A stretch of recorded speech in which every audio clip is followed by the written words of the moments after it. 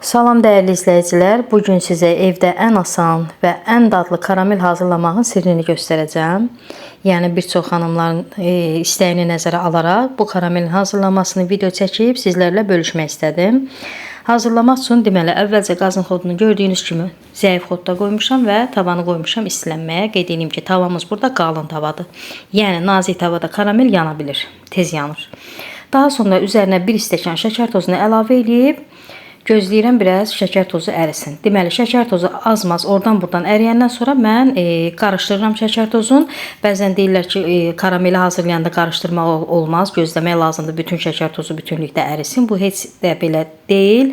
Yəni qarışdırmaq mütləqdir. Ona görə ki, hansı hissələrdən ki şəkər tozu əriyir, biz onu qarışdırmasaq həmin hissələrdən şəkər tozu əriyə-əriyə bu bir tərəfin əriyib gəlib ona çatmasına çox qaldığına görə bu əriyən hissələr qaynaya-qaynaya rəngi qaralır və acı olur, yanır belə deyək ki. Sonra karamelin dadı acı olanda da onu düzəltmək qeyri-mümkündür.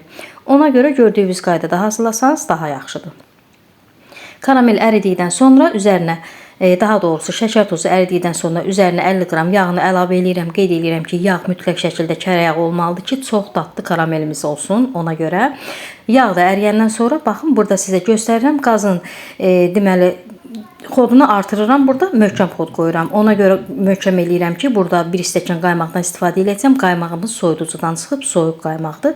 Bəzən xanımlar sual verir ki, qaymaq qaynar olmalıdır, isti olmalıdır və yaxud da qaymağı əlavə eləyəndə niyə şüşə kimi olur karamel? Şüşə kimi olsa da problem deyil. Onu qaynadanda təzədən əriyir. Sadəcə olaraq vaxt aparır.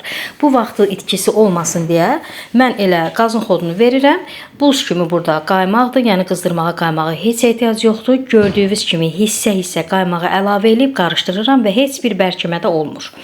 Ona görə ki, yəni qaymağı az-az əlavə eləyə-eləyə karamelin şəkər tozunun içərisində qaymaq karameli şəkər tozunu şüşə kimi eləməyə vaxt tapmır. Çünki qazın altını xodunu çox qoymuşam.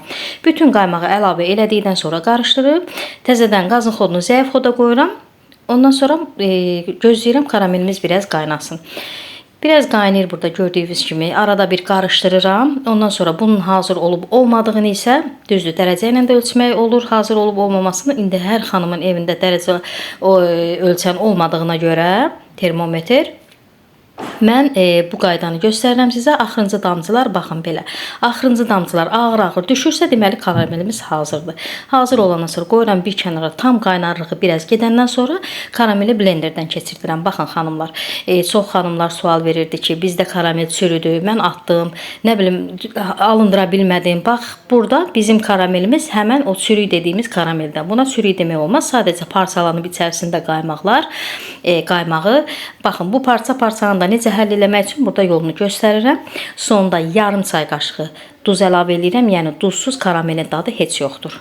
Baxın burada parça-parça içərisində var. Bu cür daha doğrusu olanda karamel heç narahat olmayın. Blenderdən keçirirsiniz. Qəşəng, gözəl kıvamı olur. Həm rəngi açılır, gözəl rəng olur. Həm də içində bir damcı da olsun belə parça qalmır qırıqları. İsti-isti burada da sizə görkəmini göstərirəm və çəkiliş olduğuna görə tez bunu soyuducuda da soyuduram. Son halını da sizə göstərirəm ki, yəni soyuyandan da sonra necə gözəl qatı karamel əldə etmişəm. Belə qəşəng, parlaq. Əziz xanımlar, yəni elə də çətin deyil.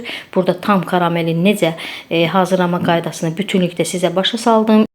Əminəm ki, qaranlıq heç bir şey qalmadı. Əziz xanımlar, heç də çətin deyil. Yəni gördüyünüz qaydada hazırlasanız tam gözəl, parlaq, gözəl kıvamda olan karamel əldə edərsiniz.